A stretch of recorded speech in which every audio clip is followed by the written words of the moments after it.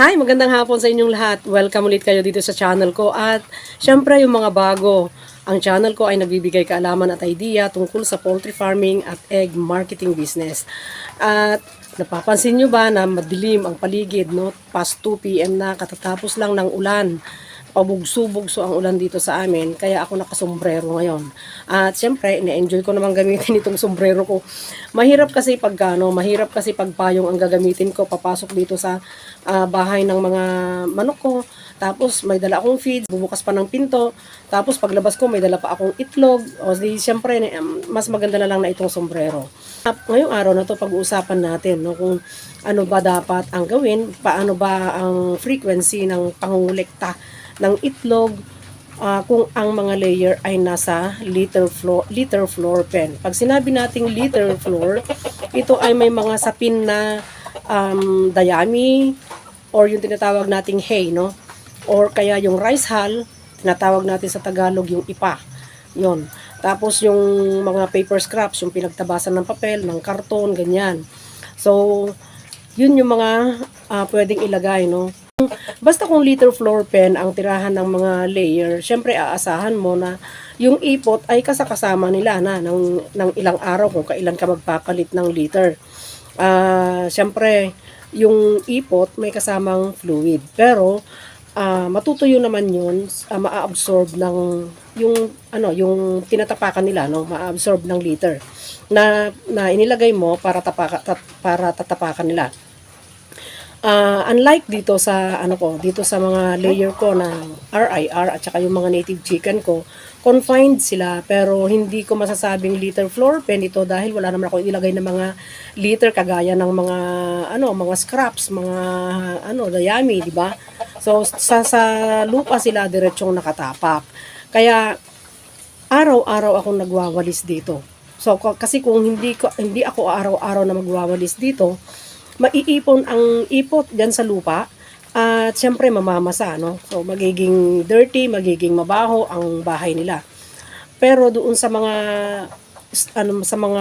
liter floor pen, medyo makokontrol, no, yung amoy at saka makokontrol yung pagbasa kaagad ng mga ipot kasi nga maa-absorb na ng liter na inilagay mo doon sa bahay nila, yung basa, yung tubig na kasama ng ipot pag umipot sila. Pero syempre, meron mga unavoidable circumstances na pagka umitlog ang layer ay tumatama doon sa ipot na bago, yung basa pa, di ba? Yung hindi pa natutuyo. Kaya naman ang pangungulekta ng itlog pagka nasa liter floor ang mga layer ay frequent.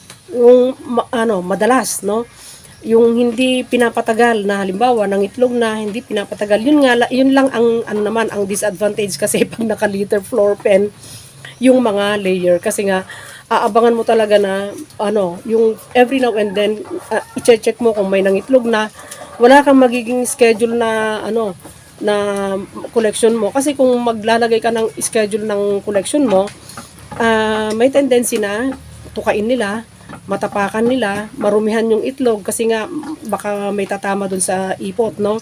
Unlike doon sa mga caged layer na yung pag nangitlog sila,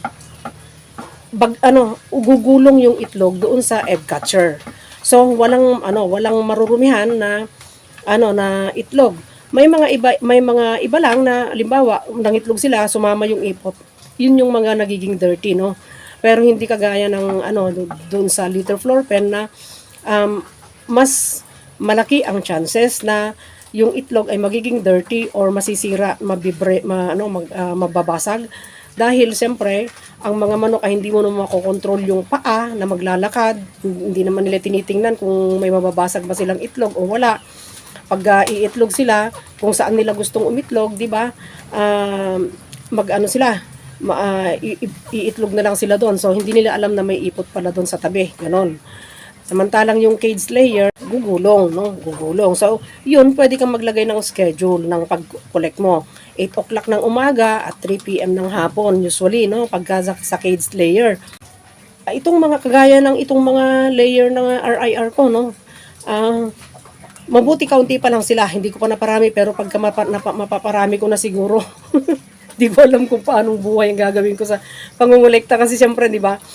Ah, ito, frequent yung pag-collect ko talaga. Yung inaabangan ko, kagaya ngayon, pagpasok ko dito, may inaabangan ako kaninang kumakain ako ng lunch. Ano siya, palabas-palabas pa lang. Yung in-out pa lang siya sa nest. Pagbalik ko dito, sakto, nakaitlog na siya. Huwag hayaan na maging dirty, huwag hayaan na tukain nila yung itlog, at huwag hayaang mabasag, na yung matatapakan nila.